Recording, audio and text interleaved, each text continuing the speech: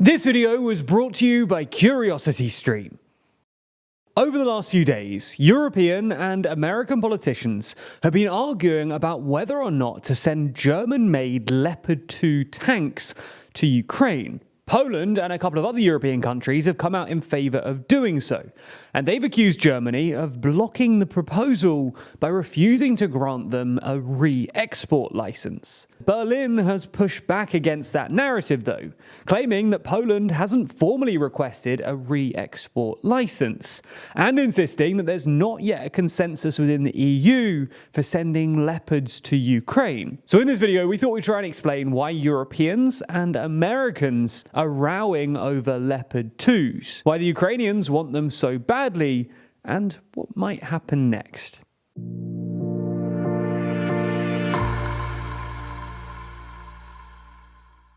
So, before we get into the row itself, a bit about the Leopards. In Western armies, there are basically 4 battle tanks.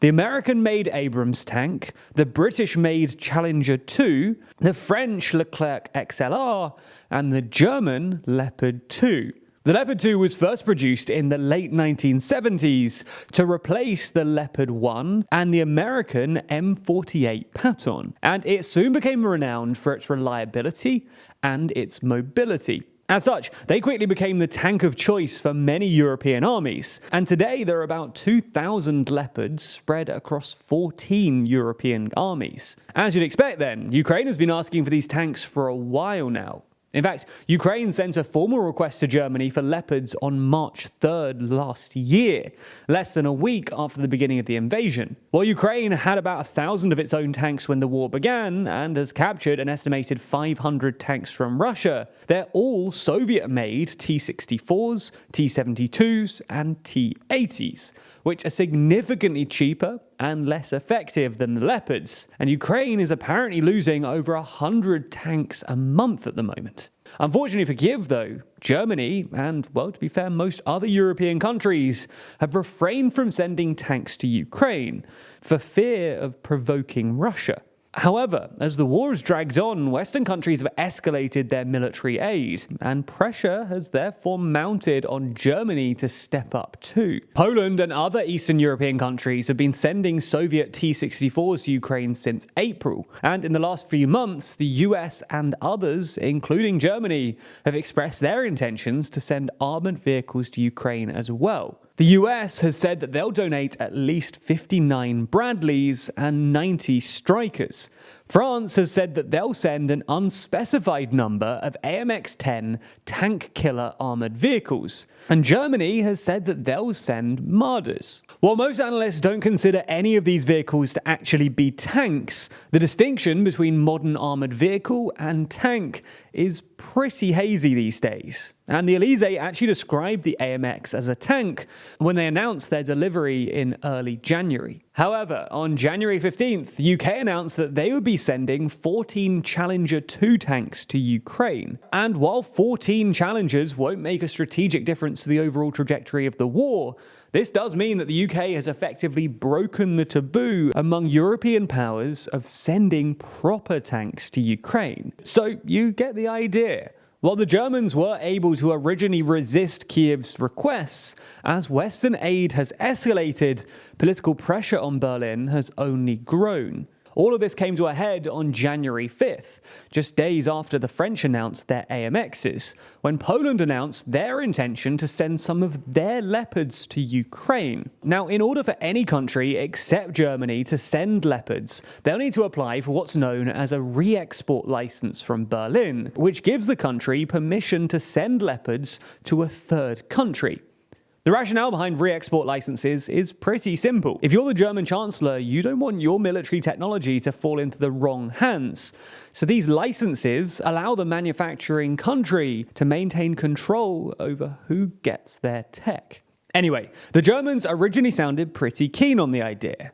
A day after Poland said that they wanted to send tanks to Ukraine, Germany's vice-chancellor said that Germany would approve any re-export license, and the German defense minister reiterated the same sentiment just last week. However, in the roughly 3 weeks since Poland announced this, little real progress has been made, and no Leopards have actually arrived in Ukraine. So what's happened? Why hasn't Poland sent its Leopards? Well, there's actually a bit of confusion on this front, with Warsaw and Berlin saying entirely different things. Essentially, Poland says that Germany is refusing to agree to an export license. Ukraine, the US, and the Baltics have all sided with this decision, with Ukraine's deputy foreign minister and former ambassador to Berlin describing Germany's reasons as, quote, flimsy and unconvincing, while the US defense secretary and the Baltic defense ministers have all criticized Germany for dragging their feet on the issue. To be fair to Poland here, Berlin has been making some pretty hesitant sounds. Early on, Berlin said that they couldn't send tanks because it didn't have enough, as well as claiming that learning how to use the weapons would be too much of a logistical challenge for the Ukrainians.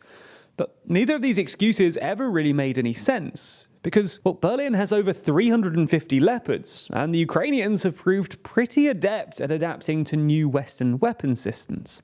In more recent interviews, though, Scholz and other German politicians have instead claimed that Berlin is worried about the risk of escalation, and has said that they're waiting for consensus to emerge across Europe. The aims we are having and all the support we are giving is that we support the Ukraine as long as it is necessary with all the means we can use, but also to avoid that this is going to be a war between Russia and the North Atlantic Treaty Organization.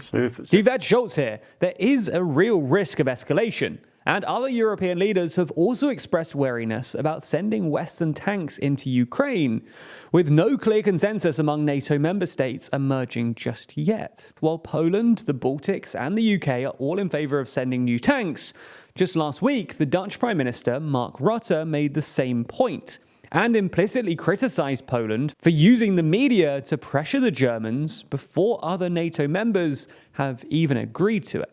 But it will be difficult for me to answer that question directly, and the reason is that this is all very sensitive. And when colleagues feel pressured by what you are saying to the press before the decisions have been taken, it's not helpful to get to the right decisions.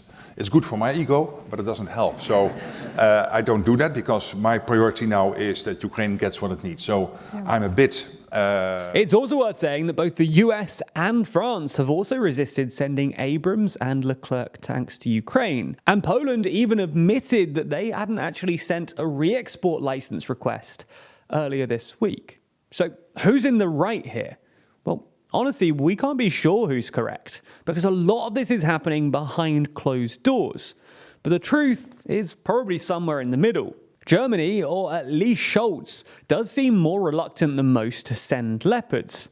But they're apparently not alone in their hesitancy. And to be fair to them, Poland hasn't actually submitted a formal request to re-export the tanks anyway. Nonetheless, whatever the case, it looks like Germany will end up sending Leopards. Scholz has resisted military support to Ukraine in the past, but every other time, he's eventually rolled over. Poland has even threatened to send Leopards even if Germany doesn't agree to it, which will put Berlin under even more pressure. So, what will happen if Europe does send Leopards? Well, the Ukrainians will need to learn how to use them, so it's likely we won't see them in action until the second half of the year. But when they arrive, along with the other armoured vehicles that the West has pledged recently, they'll definitely make a difference. The war has been stuck in a bit of a stalemate recently. If anything, it looks like the Russians have a bit of an upper hand. But this new firepower could tilt the balance of power in Ukraine's favour. That is, assuming that Putin doesn't escalate it in some other way before we get there. Nonetheless, this is a developing story, so if you wish to stay updated, be sure to check out our sister channel, TLDR Daily, where we update you on the 4 most important stories from the last 24 hours. And if you're a Nebula subscriber, you get even more, because you can watch all of our videos ad-free, including the extended version of the daily briefing, and exclusive videos which will never come to YouTube. There's also a whole load of other extra TLDR over there. So if you're a big fan of the channel, then it's the best place to watch and support us. If you'd like to sign up, then you can get access to Nebula via the Nebula Curiosity Stream bundle. Curiosity Stream is home to some really interesting documentaries, many of which our audience are sure to enjoy. And the good news is that if you sign up to Curiosity Stream using the link in the description, you'll also get Nebula thrown in for free. That's 2 streaming services for less than $15 a month. The link is down below, and thanks for your support.